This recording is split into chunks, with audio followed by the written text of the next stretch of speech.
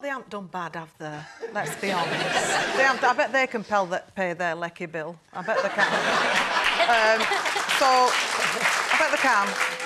But saying that, I can slightly understand Sir Alex as well, because this was not just a player-manager. This was like a father and son. He really thought the world of David Beckham. And David did of Sir Alex as well. And you could tell there was more of a relationship between them. And he saw great potential in David Beckham.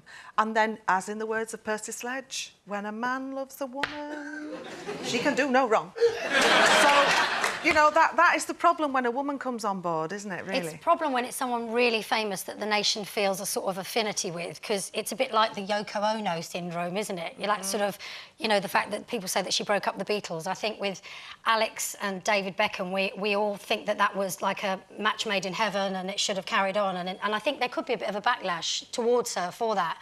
But couples do influence. I mean, partners do influence the decisions that you make in life. And I think it would be naive to live with someone, be with someone, and for them not to have some kind of view on the career you have and how much time you spend doing it. It's an utter nonsense to say that a grown-up like David Beckham has done something because his wife has told him to. I mean, I've met both of them a lot over the years, and he might be quieter than her, but he 100% wears the trousers in that relationship.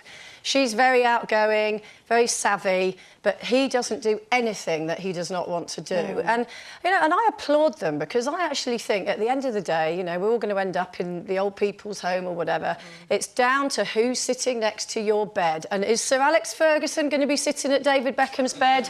I don't think so. It's going to be Victoria and the kids, and he's a fantastic dad. But going back to bring it back to Alex Ferguson, who you said there, mentioned there, he said that he didn't think David Beckham became a top-flight footballer because of it. Well, he didn't. He Real Madrid. Exactly. He's represented his country. Exactly. No, but it's not like he, you know, gave it all up to I don't know, take up pottery or do something complete. He's completely carried on with his career. Do you think he's justified in saying that? Well, I think it's interesting that David Beckham.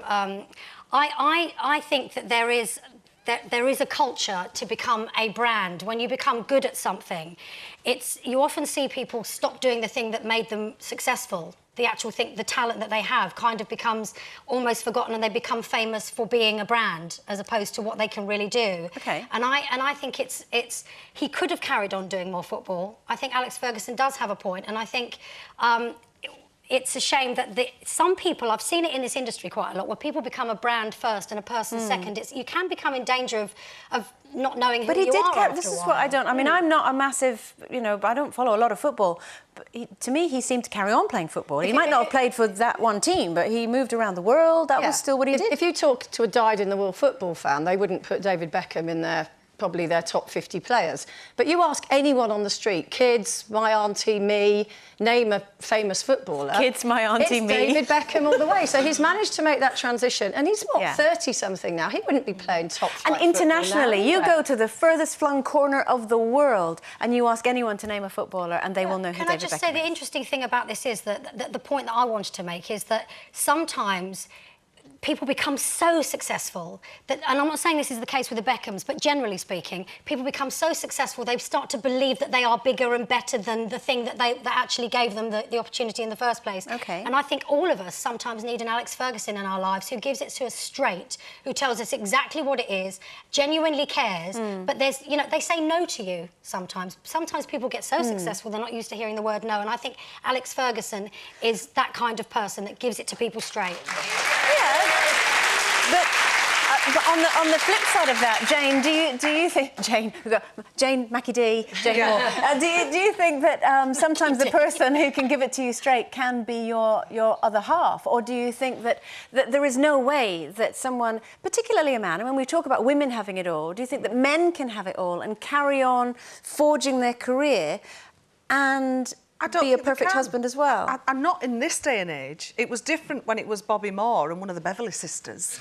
You know, it was different in those days because, you know, you did have a partner give up the job for the other one. Right. But with Victoria and David, they both had really successful careers, and something has to give. Even for David Beckham, something had to give. So, and football takes you hugely amount of time away from your family. They've got 4 great kids, and I think he's done a great job, just as Jane said. And he spends a lot of time with his children as well. He's a fantastic role model, you know, and all credit to them. And I suppose Alex Ferguson's version of a good kind of club footballer would be Ryan Giggs, who is a fantastic footballer and has stayed put and whatever. But who's to say that his life is any better than David Beckham's? I think you just kind of go find your own path, don't you, and get on with it, really. And it's about finding balance as well. And I'll never forget the brand of the underpants. That's done it for me. They looked a bit grey. They looked like they'd come out of a bad, you know, a bit with a dodgy sock in it. So not bothered.